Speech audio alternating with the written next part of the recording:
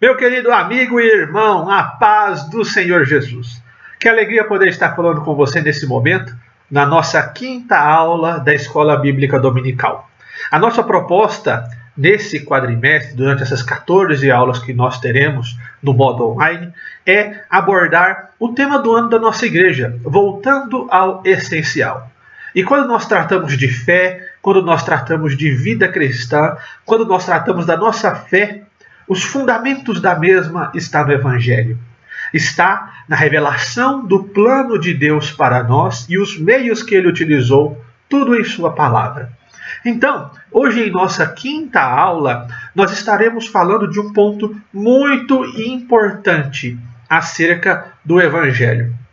Nós só entendemos o tamanho da graça, do amor e da libertação que Deus nos dá, a partir do momento que nós compreendemos, como vimos na aula passada, quão terrível é a queda do homem.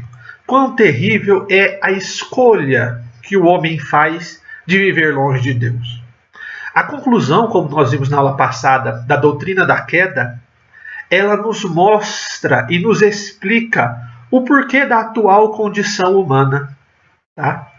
O registro divino, bíblico da queda é a única explicação possível para a condição que o homem se encontra, para a presença do mal, para a presença de situações tão terríveis em um mundo feito por um Criador tão perfeito, benevolente e amoroso como o nosso Deus. Tá? E nós vimos também na aula passada que ninguém nasce neutro nessa história. E a Bíblia deixa isso muito claro quando ela diz: todos pecaram. Todos pecaram.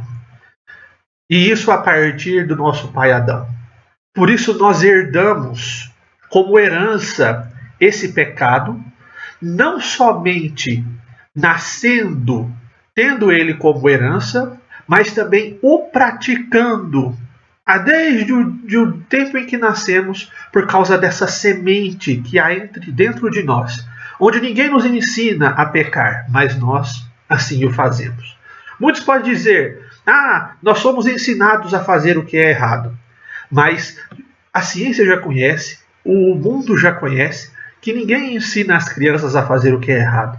Elas muitas vezes agem com maldade, agem com travessura, agem com perversidade. Por quê? Por causa da semente do pecado que já existe em todos nós e que já nascemos com ele. Tá? E além de tudo, vimos também que esse pecado é um pecado que não está fora de nós. Essa é uma concepção enganosa, que o pecado é algo externo, que é algo que está fora da gente. Não. O ser humano, irmãos, ele nasce pecador porque esse pecado é intrínseco a ele. Tá? O interior de todo ser humano natural é um caos, habitado por paixões, por cobiças, por um vazio que foi feito com a forma que só Deus pode preencher. E essa cobiça, essas paixões com as quais nós preenchemos o vazio, faz de nós seres impuros. Tá?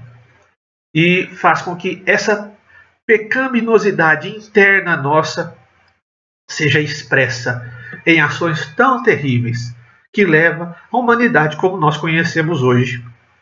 Nós vimos que a doutrina da queda ela explica a essência da morte.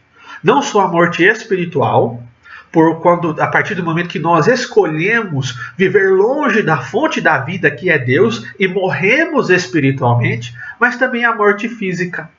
Tá? Que é apenas uma consequência da morte espiritual. Essa morte em duas dimensões que o pecado traz até nós. E por fim nós vimos que a raiz do nosso problema ela é espiritual. Espiritual. Todas as nossas faltas, todas as nossas carências, todos os nossos medos, inseguranças, o vazio que existe dentro de mim e de você, longe de Deus, provém do fato que não estamos em casa mais. Provém do fato que o portão do Éden está fechado. Provém do fato que nós não desfrutamos mais de um relacionamento de intimidade com Deus. E, consequentemente, rompemos todas as dimensões dos laços que nós temos conosco mesmo, com o nosso próximo e com a natureza. Por isso, queridos, a solução desses problemas, a solução da causa humana, não está lá fora, através da solução de carências, através da aquisição de bens, mas a solução para o problema do homem está na reconexão com Deus. Porque tudo o que acontece com a humanidade acontece a partir do momento que o homem foge da fonte da vida, daquele de quem provém toda a boa dádiva, Deus, o nosso Criador. Por isso, é importante nós compreendermos que, como consequência de toda a queda humana, como consequência das escolhas que o homem faz, Deus, ele não fica apático a tudo isso. Deus, ele não fica apático a toda a destruição que o homem tem causado no mundo, a partir do momento que ele escolhe romper o seu laço com ele. E a consequência, a atitude de Deus frente a tudo que o homem faz, é uma atitude natural do ser de Deus, que é a manifestação da sua ira. Por isso o tema da nossa aula hoje é a ira de Deus manifesta. John Piper diz nessa frase que nós temos aqui no nosso primeiro slide, que o horror do inferno é um eco do valor infinito da glória de Deus. O inferno existe porque o homem decidiu viver longe de Deus. O inferno existe porque Deus tem uma ação correspondente a todo o ato de iniquidade e de pecado que o homem pratica. O inferno existe porque Deus é santo, conforme nós veremos hoje no decorrer da nossa aula. Queridos, nós precisamos entender, em primeiro lugar, que existe um grande contraste entre a pecaminosidade humana e a santidade divina. E esse contraste que se estende para toda a humanidade. Toda a humanidade. Não existe um sequer que fuja deste contraste com Deus. Porque como está escrito lá em Romanos, capítulo 5, versículo 12. Portanto, como por um homem o pecado entrou no mundo, e pelo pecado a morte, assim também a morte passou a todos os homens. Por isso todos pecaram. E a partir disso, irmãos, toda a humanidade entra em um contraste para com o Criador. Entra em um contraste com aquele que nos trouxe à existência. Um contraste da pecaminosidade humana contra a santidade divina. Um contraste nítido. E esse contraste, irmãos, é um fato que muitas vezes nós ignoramos. Vou contar uma experiência para vocês, uma experiência própria. Por exemplo, os irmãos sabem que eu sou do interior do país, eu sou de Goiás. Lá em Goiás, nós não temos praias. Lá em Goiás, nós temos lá o nosso cerrado, temos rios, temos cachoeiras, mas praias como aqui o pessoal do litoral de São Paulo e de todo o litoral do Brasil tem, nós não temos. E nós não somos assim tão acostumados a ir à praia. Nós vamos ali uma vez ou outra, quando temos a oportunidade de tirar uma férias, de fazer uma viagem, quando nós temos condição para isso. E muitos falam, né, a resposta do goiano quando ele vê a praia, ele fica atônito, ele fica maravilhado com aquele tanto de água, nunca viu tanto de água daquele na vida, né? e fica muito alegre, fica feliz, vai ali, leva caldo da onda e cai, e levanta, e vem outra onda e derruba de novo, porque ele não conhece, porque ele não tem costume com a praia, e todas as vezes que ele olha para aquele mar, ele se maravilha. Então suponhamos um goiano, né, que nunca tinha visto o mar, se muda para a praia. E quando ele se muda para aquela praia, ele começa, no primeiro dia ele se maravilha, fica atônito com a beleza da praia onde ele está. E assim, no outro dia ele levanta, nossa, que maravilha essa praia. E assim consecutivamente, os dias vão passando, chega um dia que ele olha para o mar e não se maravilha mais como ele maravilhava antes. E assim vai passando, e assim vai passando. Um dia ele se acostuma com o mar, um dia ele se acostuma com aquela praia.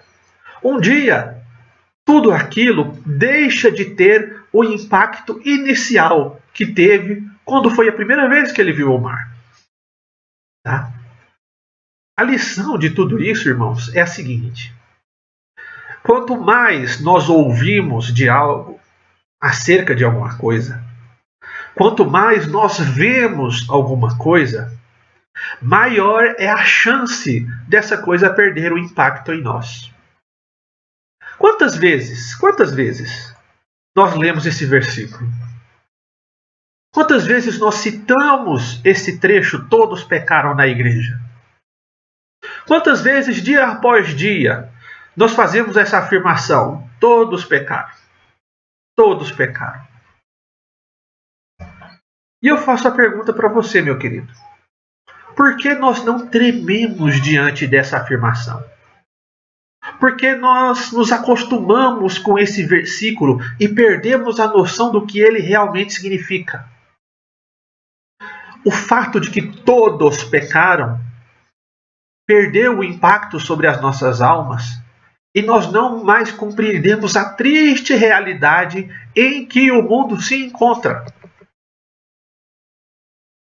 Nós nascemos no pecado, fomos concebidos no pecado, estamos num mundo pecaminoso, tá?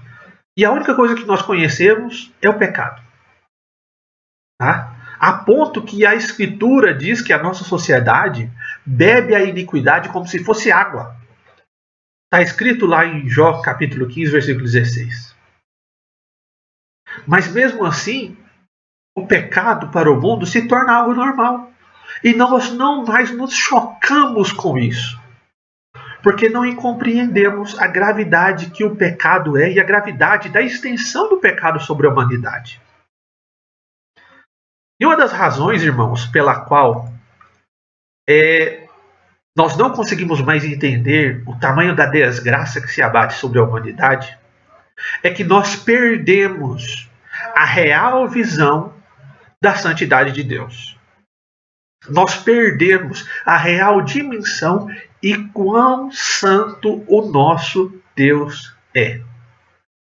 É aquela história, irmãos. Quanto mais forte e mais clara for a luz, com maior facilidade você acha defeitos. Da mesma forma, quanto maior for a noção minha e sua acerca da santidade de Deus, mais escuros, terríveis e mais claramente nós enxergaremos quão terríveis são os nossos pecados. Infelizmente, queridos, o homem, ele nasce sem ter essa consciência profunda de quão terrível é esse pecado.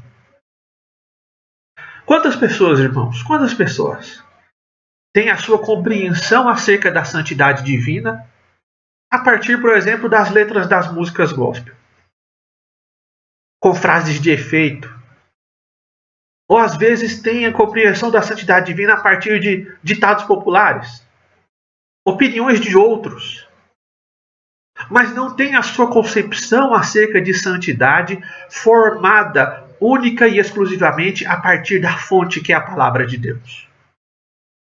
Eu, você, precisamos olhar para a Escritura para compreendermos quão santo Deus é.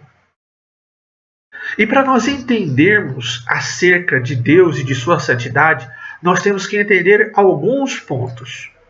E o primeiro desses pontos é: Deus, meus irmãos, ele é absolutamente diferente de nós. Deus, ele não é somente mais poderoso do que nós, ele é infinitamente poderoso. Deus, ele não é somente mais santo, não, ele é santíssimo. E nós não temos santidade nenhuma longe dele. Deus, ele é totalmente diferente de cada um de nós.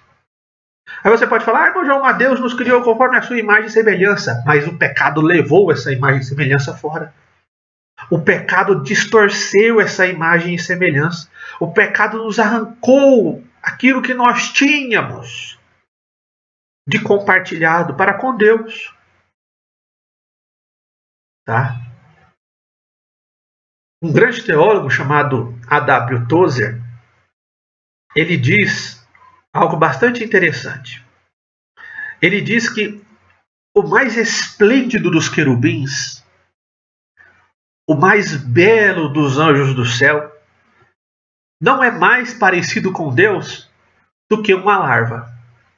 Porque Deus, ele é incomparável em santidade. Irmãos, não tem como nós resumirmos em palavras, não tem como nós resumirmos nesta lição, não tem como nós passarmos a vida toda falando acerca da santidade de Deus, que nós sequer queremos ter um pequeno vislumbre do quanto Deus realmente é santo.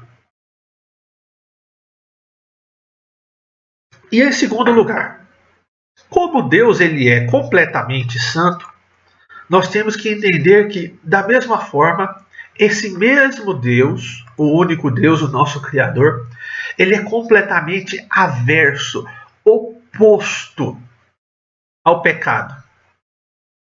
Deus, irmãos, ele está completamente separado de tudo que é pecaminoso e profano. Quando a Bíblia descreve o local onde Deus habita, não existe, irmãos, uma fagulha sequer de pecado.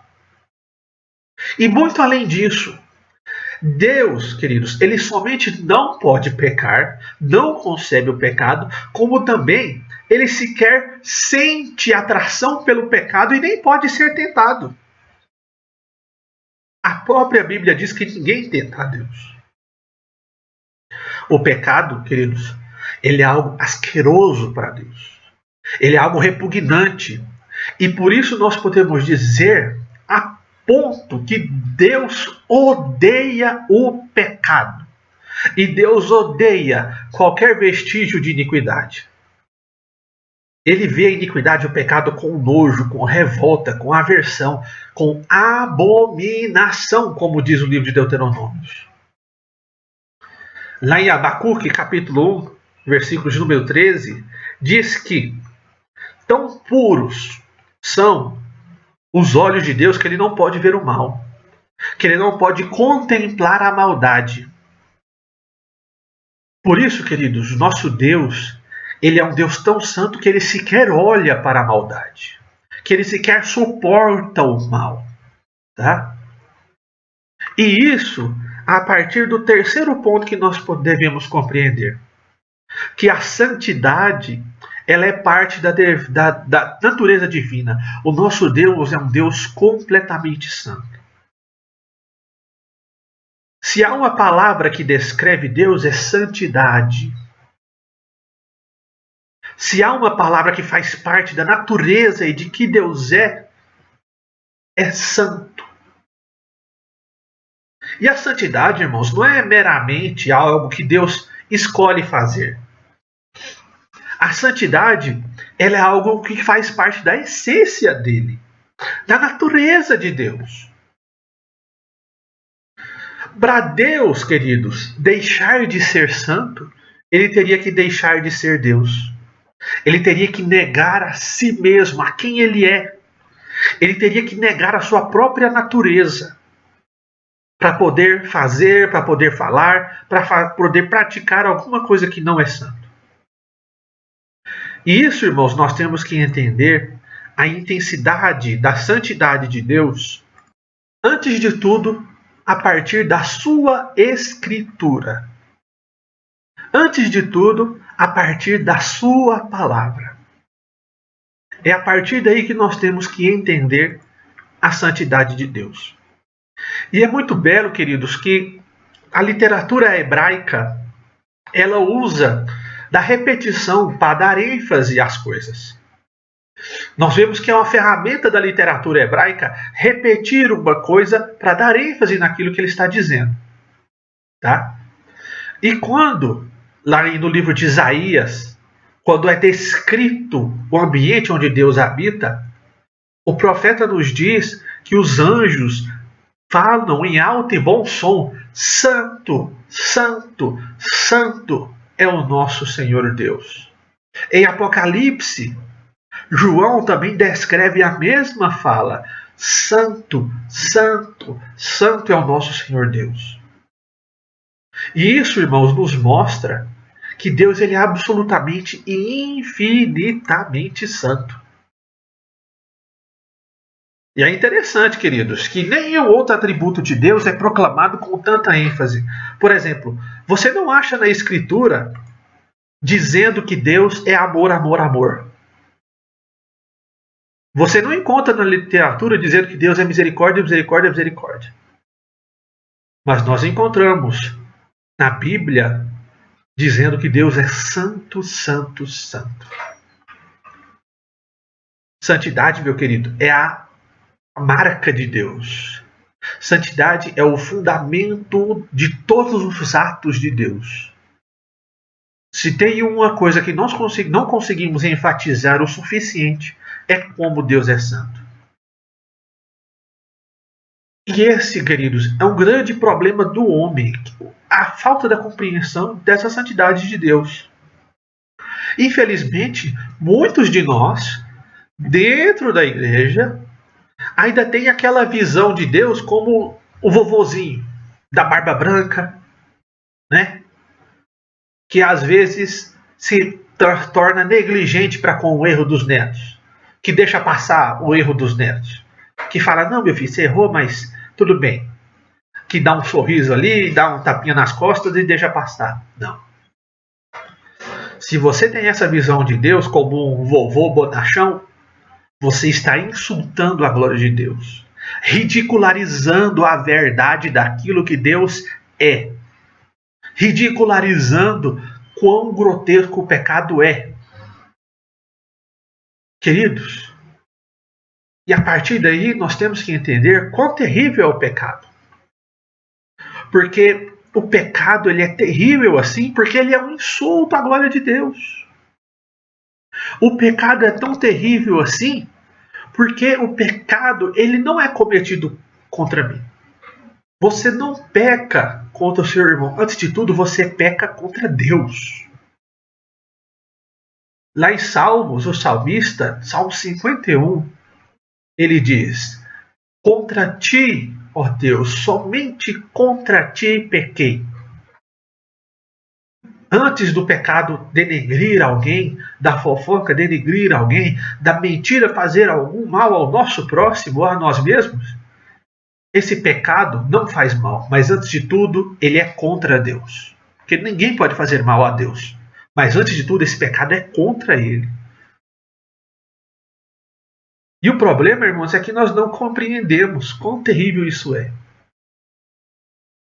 Nós não entendemos quão santo e glorioso Deus é, para a partir daí entendermos quão terrível é o pecado. Queridos, a queda, ela é uma ação, um ato tão terrível, mas tão terrível, irmãos, que olhe para vocês verem. Deus, ele pega tudo que não tinha forma e dá forma, pega tudo que não tinha conteúdo e dá conteúdo. E assim ele começa a ordenar as coisas. Pega os planetas e coloca esses planetas nos seus lugares. E esses planetas se curvam e dizem amém. Ele pega as estrelas e coloca essas estrelas no céu, e essas estrelas lhe obedecem. Ele ergue as montanhas e coloca essas montanhas, ele afunda os vales e coloca os vales nos seus lugares. Ele cria os animais, as plantas, e elas, como a própria Bíblia diz, adoram a Deus. Ele cria o mar, ele cria as praias e diz para esse mar: a partir daqui você não passa, porque a partir daqui é terra seca. E esse mar obedece a Deus. Mas quando Deus cria esse homem para ser dependente dele, quando Deus cria esse homem com suas próprias mãos, quando Deus cria esse homem como imagem e semelhança dele, Deus o chama: venha ser dependente de mim, que sou o único que não acaba. E esse homem diz: não, eu quero ser independente. Eu quero viver após minhas próprias vontades. Eu quero viver independentemente desse Deus. E é a partir disso, irmãos, que nós vemos quão perversa é a nossa rebeldia. É a partir disso que nós vemos quão fundo o pecado vai no coração do homem. Tá? E isso nos mostra quão terrível é esse pecado, que é cometido contra um Deus maravilhoso, santo e perfeito. Maravilhoso, santo e perfeito.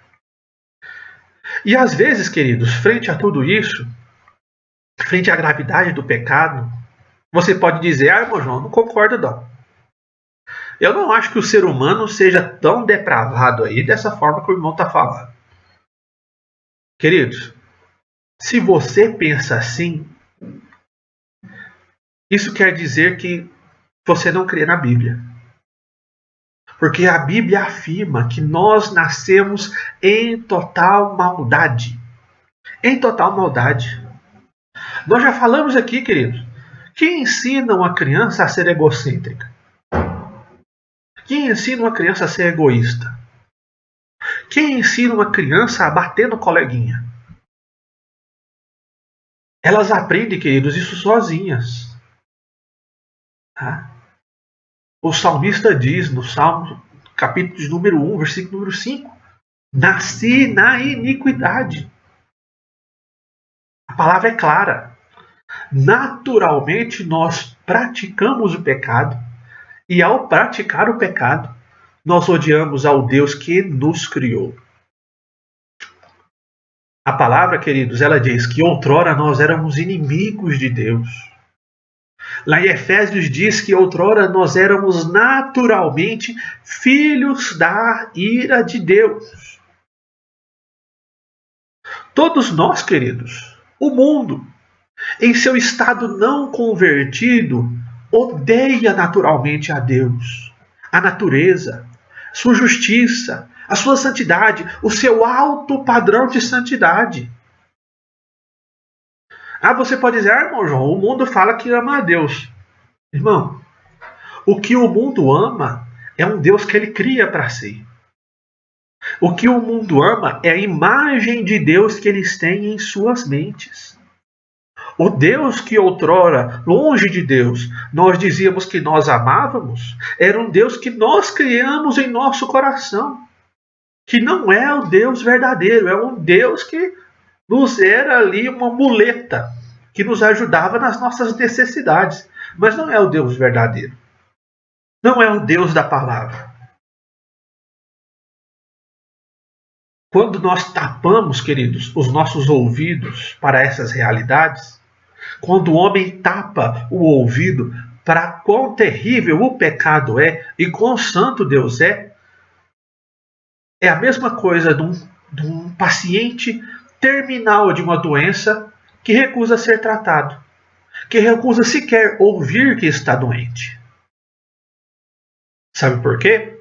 Porque aceitar, meu querido, a sua condição desastrosa, a sua condição pecaminosa, a sua condição completamente afastada de Deus, é o início da aceitação da mensagem do Evangelho.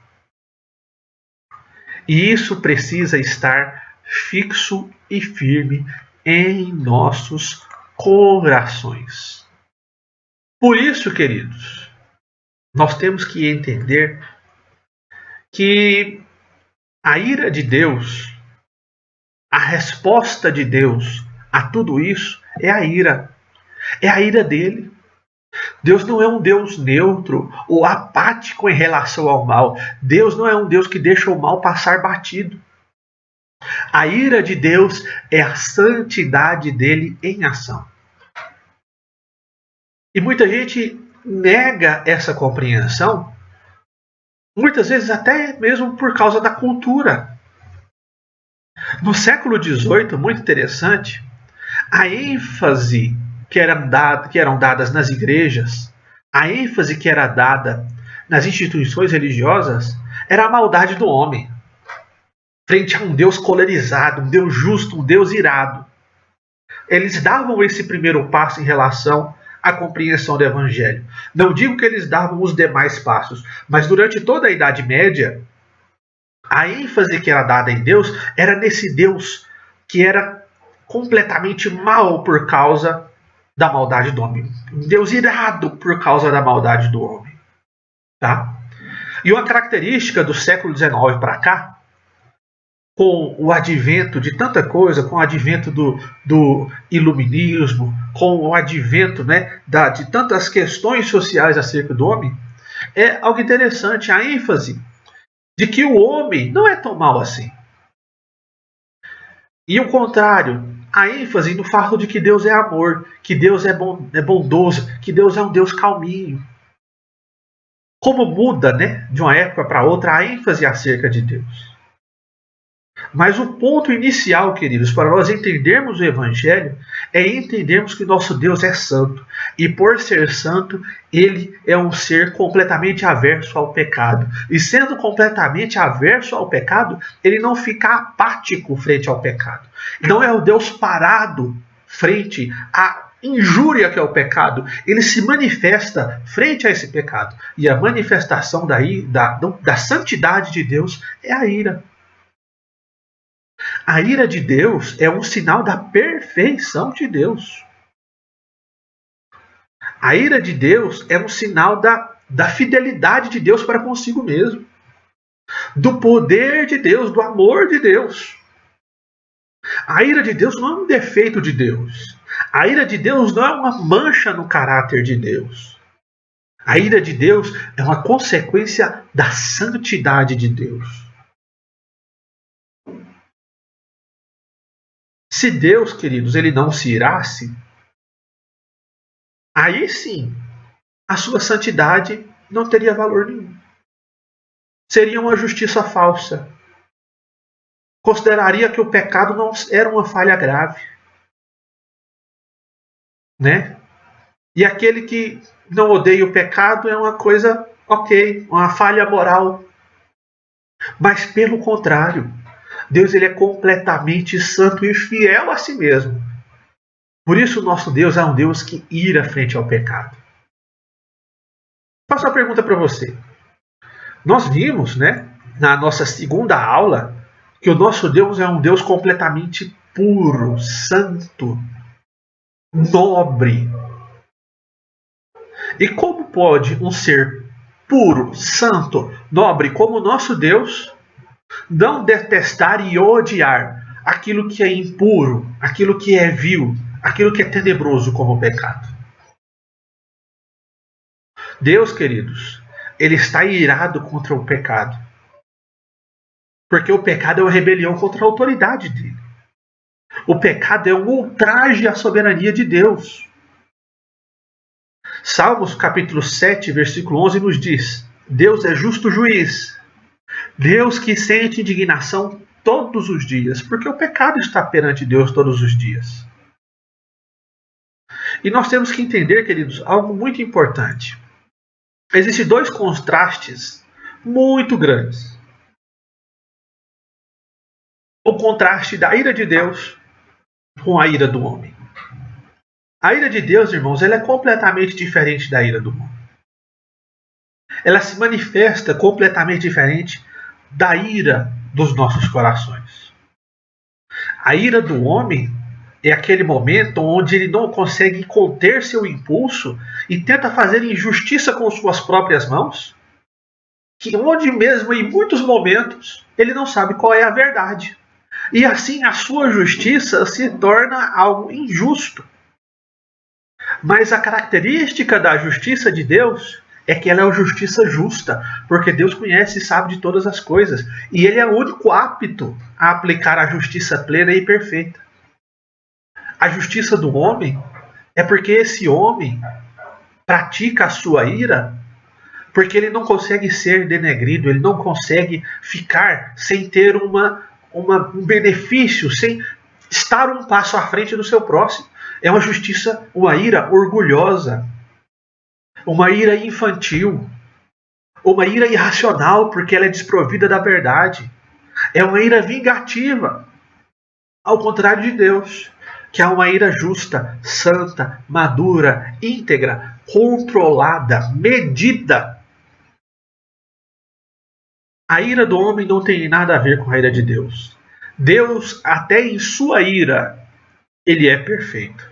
Desse trecho retirado do livro de John Stott, que ele fala acerca dos atributos de Deus. Ele diz assim: a raiva humana é injustiça. É uma emoção irracional e incontrolável, com uma dose de vaidade, de hostilidade, de malícia, de desejo e de vingança. Já a ira de Deus ela é absolutamente livre de qualquer um desses ingredientes venenosos. A ira de Deus só se volta contra o mal. Nós nos zangamos quando o nosso orgulho é ferido. Na ira de Deus, porém, não existe nenhum ressentimento pessoal. Nada a provoca a não ser o pecado, e esse sempre o faz. A ira humana, em geral, é arbitrária. A ira divina é sempre íntegra e controlada. Nossa ira tende a ser explosiva, despertada por melindres e desejos de vingança. A de Deus é um antagonismo contínuo e constante, despertado somente pelo mal e expresso na condenação dele. Deus é totalmente livre de animosidade ou ressentimento de vingança pessoal. De fato, ele alimenta simultaneamente amor constante contra o seu ofensor. Olha que cara, até Deus em sua ira possui características belas, irmãos. Uma ira madura, justa, controlada. Uma correta retribuição frente ao mal. O homem sempre é desmedido em sua resposta ao mal. Porque ele retribui o mal com o próprio mal. Mas Deus não, ele retribui o mal a partir da sua santidade e a retribuição correta. E nós temos que tomar cuidado, porque muitos atribuem a ira divina somente ao Antigo Testamento. E vocês estão completamente errados quando pensam assim. Uma época eu também já pensei assim. Muitos anos atrás. Eu pensava que o Deus do Antigo Testamento tinha um contraste com o Deus do Novo Testamento. O Deus do Antigo Testamento irado, um Deus cheio de leis, um Deus cheio de jugo para colocar sobre o homem, e um Deus do Novo Testamento é um Deus diferente. Um Deus amoroso, um Deus de paz, um Deus benevolente. Mas não existe isso não, queridos. O Deus do Antigo Testamento é o mesmo Deus do Novo Testamento. O Deus irado frente ao pecado do Antigo Testamento é o mesmo Deus irado frente ao pecado do Novo Testamento. Lá em Apocalipse, capítulo 6, versículo 16, diz que chegará um dia onde Deus revelará a ira do Cordeiro. A ira de Deus, que nos mostra a perfeição do caráter divino. E isso, queridos, a partir da compreensão que existe um padrão divino. Um padrão de Deus, um padrão do alto. Lá em Romanos, capítulo 3, versículos 10 a 12, diz, como está escrito, não há um justo, nenhum sequer, não há ninguém que entenda, não há ninguém que busque a Deus, todos se extraviaram e juntamente foram inúteis, fizeram inúteis. Não há quem faça o bem, não há um só. A palavra justo, queridos, é um sinônimo de reto. É uma referência. A palavra justo é alguém que é padrão. Que é um padrão para outras pessoas. E o padrão, queridos, da natureza de Deus é a lei de Deus. A tal ponto que Os 10 mandamentos que Deus entrega para Moisés, os teólogos dizem, e eu creio nisso, que ele é uma descrição de onde Deus habita. Os 10 mandamentos é uma descrição daquilo que não existe onde Deus habita. E o que não existe onde Deus habita? Pecado. Pecado. E onde Deus habita não existe traço nenhum de pecado. E a lei nos manifesta para nos mostrar que ninguém consegue se moldar a esse modelo divino. Ninguém consegue se moldar aos mandamentos de Deus. Ninguém consegue chegar a Deus e estar onde Deus habita por si só. Todos nós, através do pecado, somos distorcidos, deslocados. Olha o que diz o versículo 11. Não há quem entenda. Não há quem busque a Deus. Todos se extraviaram. Aí você pode dizer, irmão João, eu não pequei tanto assim não. Eu não pequei desse jeito que o irmão está falando. Mas, meu querido, reflita aqui comigo. Quantas vezes, com que intensidade você precisa pecar para deixar de ser perfeito? Adão pecou uma vez só. Adão pecou só uma vez em seu coração. E todo o cosmos foi castigado por causa do pecado de Adão. Não somente Adão. O universo inteiro foi lançado num caos moral. A natureza, os relacionamentos, tudo foi posto sobre o jugo do pecado. O jugo do pecado. Lá em Tiago, capítulo 2, versículo 10 diz: quem obedece toda a lei, mas tropeça em um só ponto, torna-se culpado de quebrá-la inteiramente. Por isso, queridos, não existe muito pecado ou pouco pecado. Existe a nossa situação que é de pecador. E você, longe de Deus, não pode achar bondade nenhuma em você. Não bondade nenhuma entre vocês. Mas aí você pode dizer, irmão João, então tá bom. Eu sou tão sujo como o meu próximo. Eu sou tão sujo quanto o meu amigo. Estou no mesmo barco que ele. Está. Você está no mesmo barco que ele. Estamos no mesmo barco da humanidade. Todos os pecados e destituídos estão do reino de Deus. Isso é uma verdade. Comparados a Deus, queridos, nós humanos todos temos a mesma necessidade.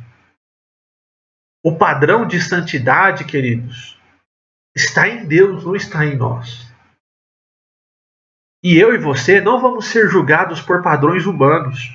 Por isso, quando você diz que você é tão pecador como o seu amigo, ok, te coloca no mesmo barco que ele, mas você não vai ser julgado por ser tão pecador como o seu amigo, como o seu vizinho.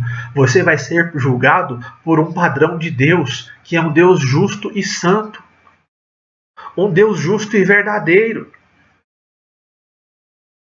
E esse, queridos, é um grande problema. Isso é uma bênção para muitos, mas é algo terrível para outros. O nosso Deus é um Deus justo. O Deus, ele é um Deus justo, e sendo justo, ele é o juiz de toda a terra, e ele vai agir totalmente, corretamente com toda a terra. E a resposta da ação de Deus sobre toda a terra é a manifestação da sua ira. Para toda a humanidade igualmente pecadora. Por isso, o fato de Deus ser justo é algo terrível para a humanidade que está longe de Deus. É algo terrível. Em um primeiro olhar, você pode dizer assim, falar para o seu vizinho, para o seu amigo, meu querido, não se preocupe, Deus é justo.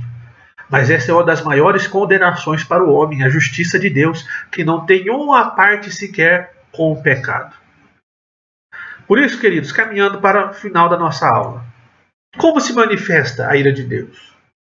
Em primeiro lugar, a ira de Deus, ela se manifesta na história. Tá? A ira de Deus, ela se manifesta aqui e agora. Está escrito lá em Romanos 21, 24, uma das maneiras da manifestação de Deus na história, quando diz: porquanto, tendo conhecido a Deus, não o glorificaram como Deus, nem lhe deram graças, antes em seus discursos se desvaneceram, e o seu coração insensato se obscureceu, dizendo: sábios tornaram-se loucos, e mudaram a glória de um Deus corruptível em semelhança da imagem do homem corruptível, e de aves, e de quadrúpedes, e de répteis. Por isso Deus os entregou às concupiscências dos seus corações, à imundícia para desonrarem seus corpos entre si. Aí está uma das faces da ira de Deus, quando Deus nos entrega a nós mesmos. Quando Deus nos entrega a ação do nosso pecado, que interfere no rumo natural da terra, que interfere no rumo natural de todas as coisas. Olha, para os irmãos terem uma noção. A ira de Deus nos entrega a nossa própria sorte, que na verdade é um grande azar. Deste homem que faz o mal contra o seu próximo, desse homem que faz o mal contra si mesmo, contra o seu corpo, desse homem que faz o mal contra a natureza. E gera nessa própria natureza secas, pestes, mata o seu próximo dia após dia. Para os irmãos terem ideia, o primeiro irmão matou o outro, Caim matou Abel. Deus, queridos, uma das manifestações da ira dele é o fato que ele nos abandonou, porque antes nós o abandonamos. Tá? E existe uma segunda manifestação da ira de Deus, que é a ira de Deus manifesta na eternidade. Queridos, a ira de Deus manifesta na eternidade é um assunto que Jesus falou bastante. E sabe o que é a ira de Deus manifesta na eternidade? É nada mais, nada menos do que o inferno, para onde todos os que permanecerem em seus pecados irão. Queridos, muitos dizem, né? O céu é o céu porque Deus está lá. Ok, beleza. E alguns, com consequência, dizem, tá, o inferno é o inferno porque Deus não está lá. Mas isso, queridos, é só uma amenização do inferno. O inferno denota o abandono de Deus, sim. Porque essas pessoas, antes de tudo, abandonaram a esse Deus. Mas o inferno, queridos, ele é a manifestação de um Deus todo-poderoso e de sua ira. A morte, o inferno, não são, queridos, somente consequências naturais do pecado. Mas, acima de tudo, é a retribuição da ira divina contra o pecador. O inferno é essa forma pelo qual Deus nos mostra quem Ele é e que faz tudo em santidade para a sua glória. A palavra do Senhor, Jesus Cristo, Ele fala acerca do inferno algumas vezes, 12 vezes para ser mais exato, usando a palavra Gehenna. E o que é Gehenna? Gehenna, queridos, é um local que existia lá em Jerusalém, um vale aos pés dos muros da cidade, onde eles jogavam o lixo. E às vezes aquele lixo ia amontoando, e ficava um monte alto demais de lixo. Muito lixo acumulado, um em cima do outro. E o que eles faziam com esse lixo acumulado? Como eles lidavam com esse tanto de lixo que se ajuntava em cima do outro, formando pilhas e pilhas? Eles ateavam fogo. Eles colocavam fogo em tudo aquilo ali. E aquele fogo, irmãos, tornava aquele lugar um lugar inóspito, abandonado, queimando ali durante meses e anos, com fogo que não se apagava durante muito tempo. E é exatamente aquele lugar que Jesus usa para falar do inferno. Conforme está lá em Mateus 8,12. E os filhos do reino serão lançados nas trevas exteriores, e ali haverá pranto e ranger de dentes. Marcos 9, 47, 8. Os seres lançados no fogo do inferno, onde o bicho não morre e o fogo não se apaga. Em Apocalipse 14, 11. E a fumaça do seu tormento sobre para todo sempre, e não tem repouso nem de dia nem de noite, os que adoram a besta e a sua imagem, e aquele que recebe o sinal do seu nome. É um lugar, queridos, de uma tormenta consciente, um lugar de fogo, um lugar de angústia. Um lugar que uma vez que você está lá não tem como sair. E é a manifestação final da ira de Deus para aquele que não voltar para Deus. Uma condição eterna. Essa é a versão que Jesus tem, essa é a visão que Jesus tem do inferno. E nós temos que entender isso como uma realidade, irmãos. Como uma realidade. Infelizmente, no nosso meio hoje, existe uma corrente que coloca a Bíblia tudo em modo abstrato. Tudo como palavras abstratas, como anedotas, como parábolas. Não. O inferno não é somente a ausência de Deus. O mundo já vive hoje longe de Deus e sem querer nada com ele. Mas o inferno vai muito além disso. E se a Bíblia diz que lá tem choro e ranger de dentes, é porque lá tem choro e ranger de dentes. Se a Bíblia diz que lá tem um fogo que não se apaga, é porque o fogo lá não apaga, irmãos. Se a Bíblia diz que lá onde o bicho não morre, é porque lá o bicho que come a carne das pessoas não morre. Cuidado, irmãos. Não vamos colocar no modo abstrato a ira de Deus, e o inferno é a revelação final da ira de Deus. Não vamos desprezar a gravidade do pecado e a severidade da ira de Deus, como se o nosso pecado não fosse tão horrendo assim. O inferno, ele é tão terrível e tão duradouro que a Bíblia diz que ele é eterno.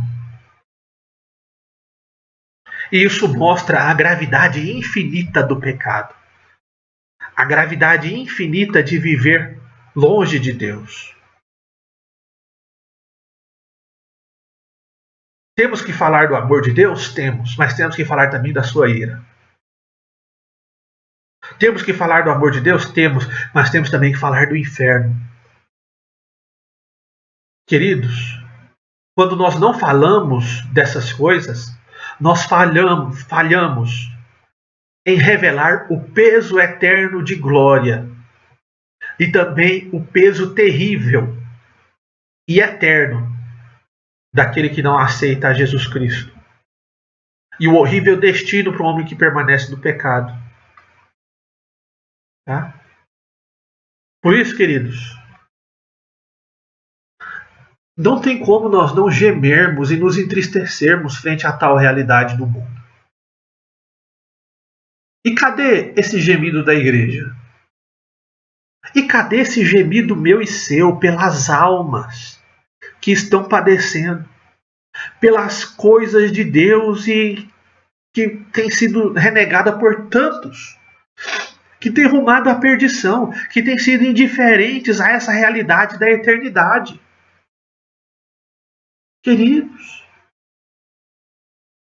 quantas pessoas assistem um jogo de futebol e treme de alegria e treme de ímpeto porque o seu time está ganhando? Quanta gente assiste, vê alguma coisa e o seu interior se comove a partir de uma cena, de um filme, de uma novela, do que quer que seja, do show de rock, de uma poesia. Se empolga. Agora eu pergunto para você, cadê a nossa empolgação em evangelizar e anunciar a santidade de Deus e, consequentemente, a ira de Deus? Cadê, meus queridos, essa animação? Não somente pela ressurreição de Jesus Cristo, que nos restitui a Deus, mas também em falar a tristeza do pecado, para que o homem compreenda quão grande é a graça. Onde estão essas emoções? Infelizmente, muita gente tem guardado essa emoção e o ímpeto do seu ser para o jogo de futebol, para o Facebook, para o Twitter, para o YouTube. Por isso fica a pergunta: você realmente acredita que você, longe de Deus, merece o inferno? Você tem que acreditar. E para nós finalizarmos, por que nós nos escondemos da ira de Deus? Por que esse assunto é um assunto tão dolorido para nós?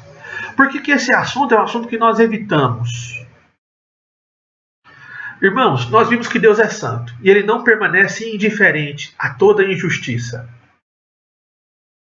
E aqui, em Romanos, capítulo número 1, versículo 18, nos diz: a ira de Deus é revelada no céu contra toda a impiedade e injustiça dos homens que suprimem a verdade pela injustiça. Queridos, essa palavra é uma palavra tão dura que às vezes nós tentamos esconder dela. Nós, com a nossa injustiça, tentamos suprimir a verdadeira justiça de Deus, que não é suprimida, mas vivemos como se não existisse. Lá em Lucas, capítulo 12, diz que não há nada encoberto que Deus não possa descobrir, ou oculto que não possa vir a ser conhecido. Nós precisamos falar dia e noite acerca da ira de Deus, queridos. Semana após semana, nós temos que falar da ira de Deus. Não só do seu amor e da sua graça. Porque nós somente compreenderemos o tamanho do amor e da graça de Deus a partir da ira. Mesmo que muitos possam admitir que não considerem a ira como uma mancha no caráter de Deus, lá no interior elas não veem a ira de Deus com bons olhos. Elas veem com um ressentimento no coração. Às vezes até muitos cristãos maduros evitam falar da ira de Deus. Por isso, queridos, que às vezes eu mesmo, no púlpito, insisto em falar do amor, insisto em falar da graça, insisto em falar da glória de Deus, do perdão de Deus, que é coisa verdadeira, que é coisa para ser pregada, sim. E poucas vezes falo da ira. Mas nós devemos considerar, queridos. Olha o que está escrito lá em Romanos 11, 22. Considera, pois, a bondade, mas também a severidade de Deus para com os que caíram. Para com os que caíram, severidade, mas para contigo, benignidade. Se permaneceres na sua benignidade, de outra maneira também serás tu cortado. Nós vivemos em uma era, queridos, onde a igreja, infelizmente, busca o crescimento a todo custo. Construir, construir, construir, adquirir, adquirir, adquirir, aumentar, aumentar, aumentar. E para que isso aconteça, às vezes, muitos evitam esses assuntos difíceis. Assuntos como o pecado, como o inferno, como a fúria de Deus. E isso nós não devemos evitar. Nós que conhecemos a Jesus Cristo, nós devemos falar da severidade, da ira de Deus, porque nós sabemos de onde Deus nos tirou. E quando nós não falamos isso, nós estamos traindo a Deus. E estamos dando lugar ao ego do ouvinte, que está perdido e está indo para o inferno. Queridos, se nós deixamos de observar a ira de Deus, nós estamos furtando aquilo que é devido a Deus e que Ele pratica frente ao pecado. As Escrituras, em momento nenhum, ela passa o pano para a ira de Deus ou tenta esconder a cólera de Deus. Nós vemos que os profetas, tantas vezes, com ímpeto, anunciavam a ira de Deus e não tinham vergonha disso tudo. Sabe por quê, meus queridos? Porque a mensagem do amor de Deus, o Evangelho de Jesus Cristo verdadeiro, não faz sentido sem a ira. Para que você aprecie o amor de Deus, você precisa entender algo. O amor de Deus, ele é exaltado da mesma maneira como as estrelas são exaltadas pela escuridão do céu. Queridos, se você, por exemplo, durante o dia, você olha para o céu, você não vê as estrelas. Isso quer dizer que as estrelas foram embora? Que alguém passou, colocou ela numa sacola e levou embora? Não. Isso significa que há muita luz. E havendo muita luz, você não pode desfrutar da beleza das estrelas. Você não pode vê-las, porque o dia está muito iluminado. Da mesma forma, queridos, você não pode ver as estrelas da graça de Deus e do seu amor quando tem muita luz. É preciso, queridos, nós enxergarmos a tristeza, a dor da ira de Deus, para que nós possamos ter compreensão do tamanho da graça e da sua misericórdia. A única maneira, irmãos, de nós realmente apreciarmos a Deus é vendo a profunda escuridão que existe no nosso coração. É vendo o tamanho do jugo que está guardado para todos nós. Se tem um objetivo, queridos, nessa loucura de falar acerca da ira de Deus manifesta ao homem, é cavar um buraco bem fundo e te colocar dentro desse buraco. Você precisa entender a sua situação pecaminosa. Você precisa entender o pecado que habita dentro de nós quando estamos longe de Deus.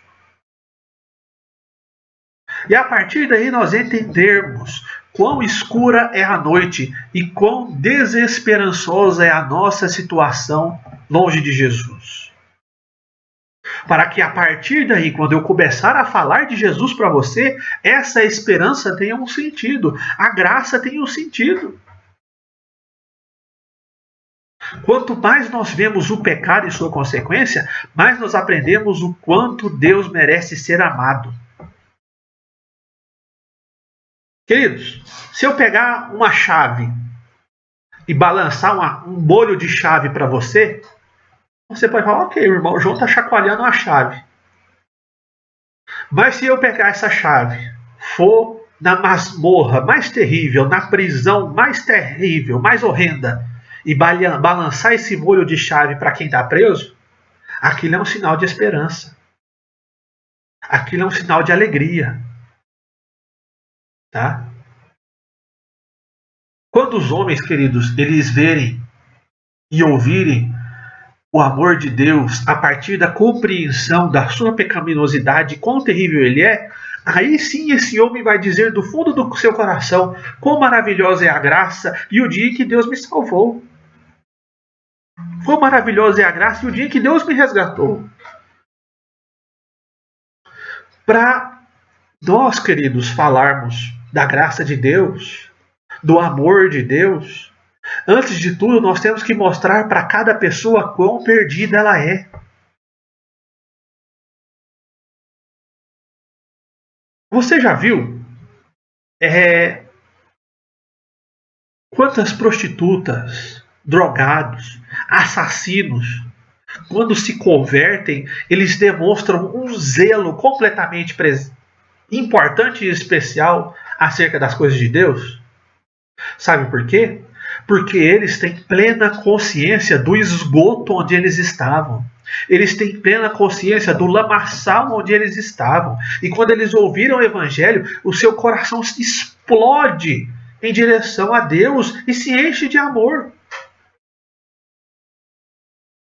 A psicologia moderna, ela vem de modo a você fazer com que você sinta-se bem com você mesmo, do jeito que você é. Entretanto, o Evangelho é completamente oposto a isso, meus queridos. Oposto a isso.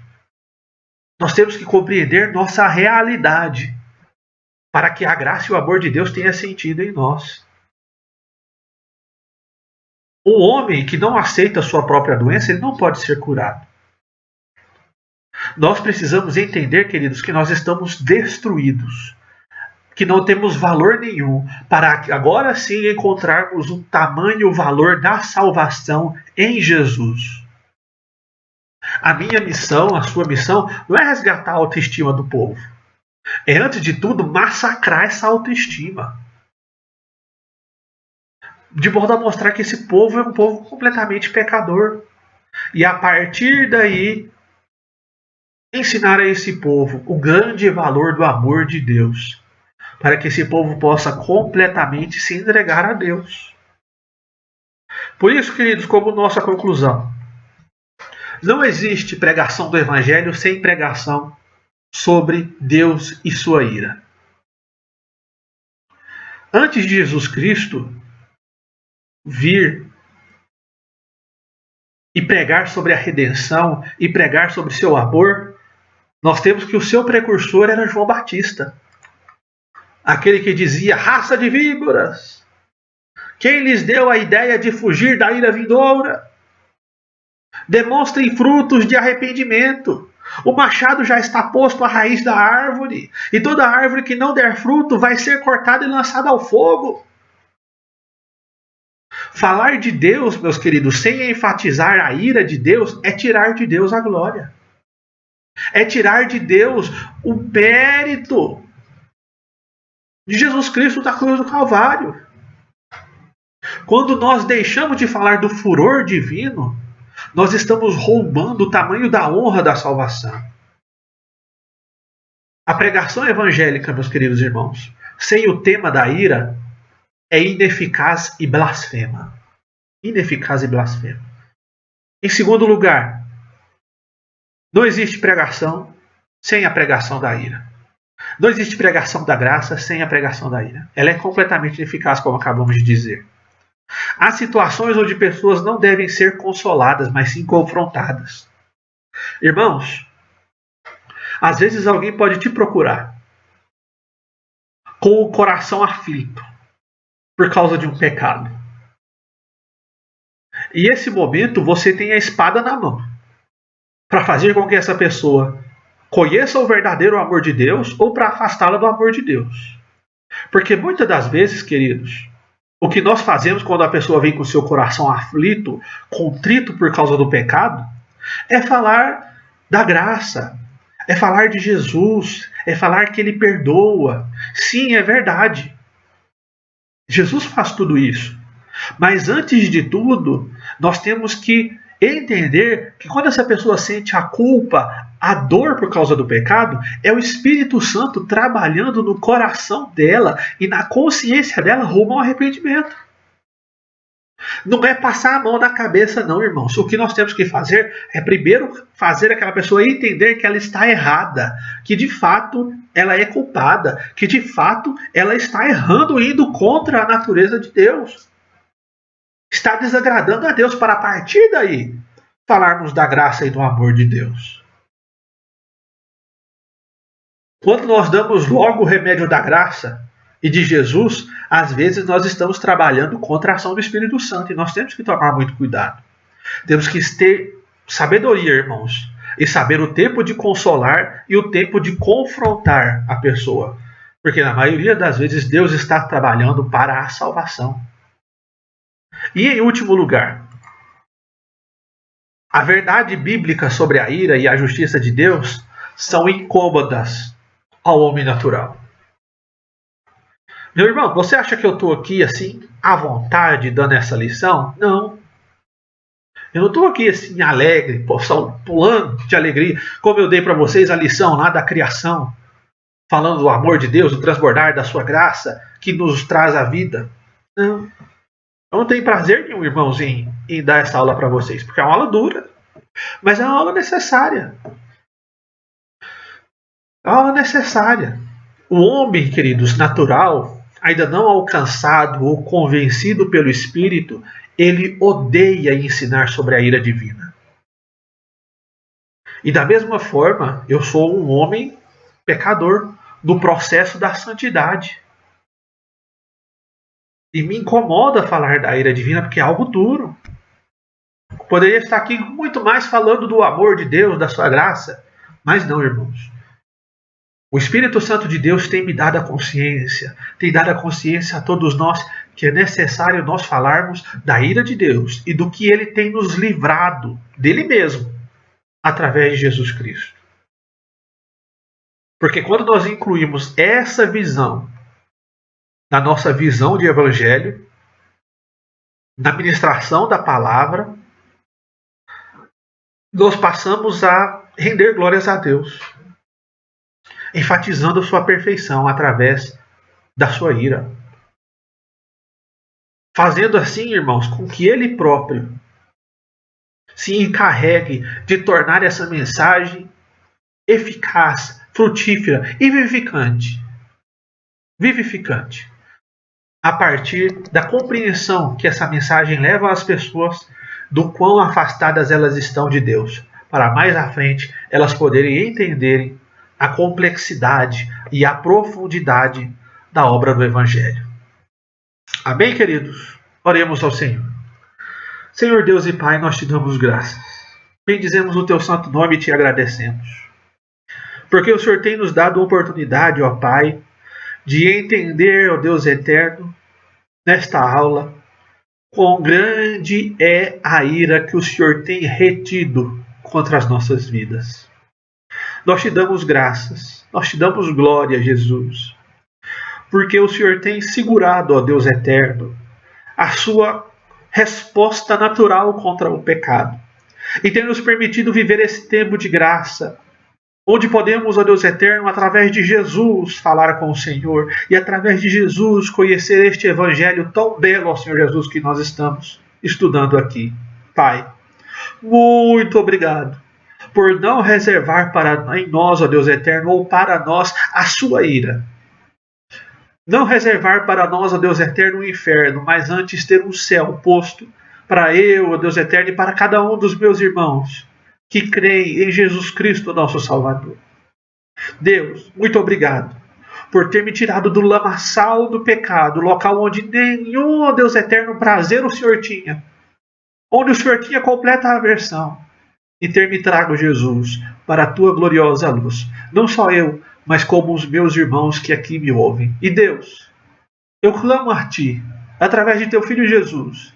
Se tem alguém que me ouve neste momento e que não tem compreensão plena, ó Deus eterno, da situação pecaminosa que o mundo é, ó Deus eterno, em sua natureza, que o Senhor possa falar ao coração dessa pessoa e que ela possa entender, Jesus, quão terrível é a situação do homem longe do Senhor, para que a partir daí ela possa compreender quão grande salvação o teu Filho Jesus conquistou para nós na cruz do Calvário. Essa é a nossa oração, esse é o nosso pedido, em nome de Jesus Cristo, o nosso Salvador. Amém e amém. Amém, meu querido?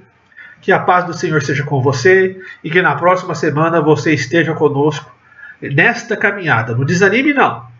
Não desanime não. Porque estamos falando da ira, mas vai chegar o dia que nós vamos falar da graça. Que Deus em Cristo te abençoe, em nome de Jesus. Amém.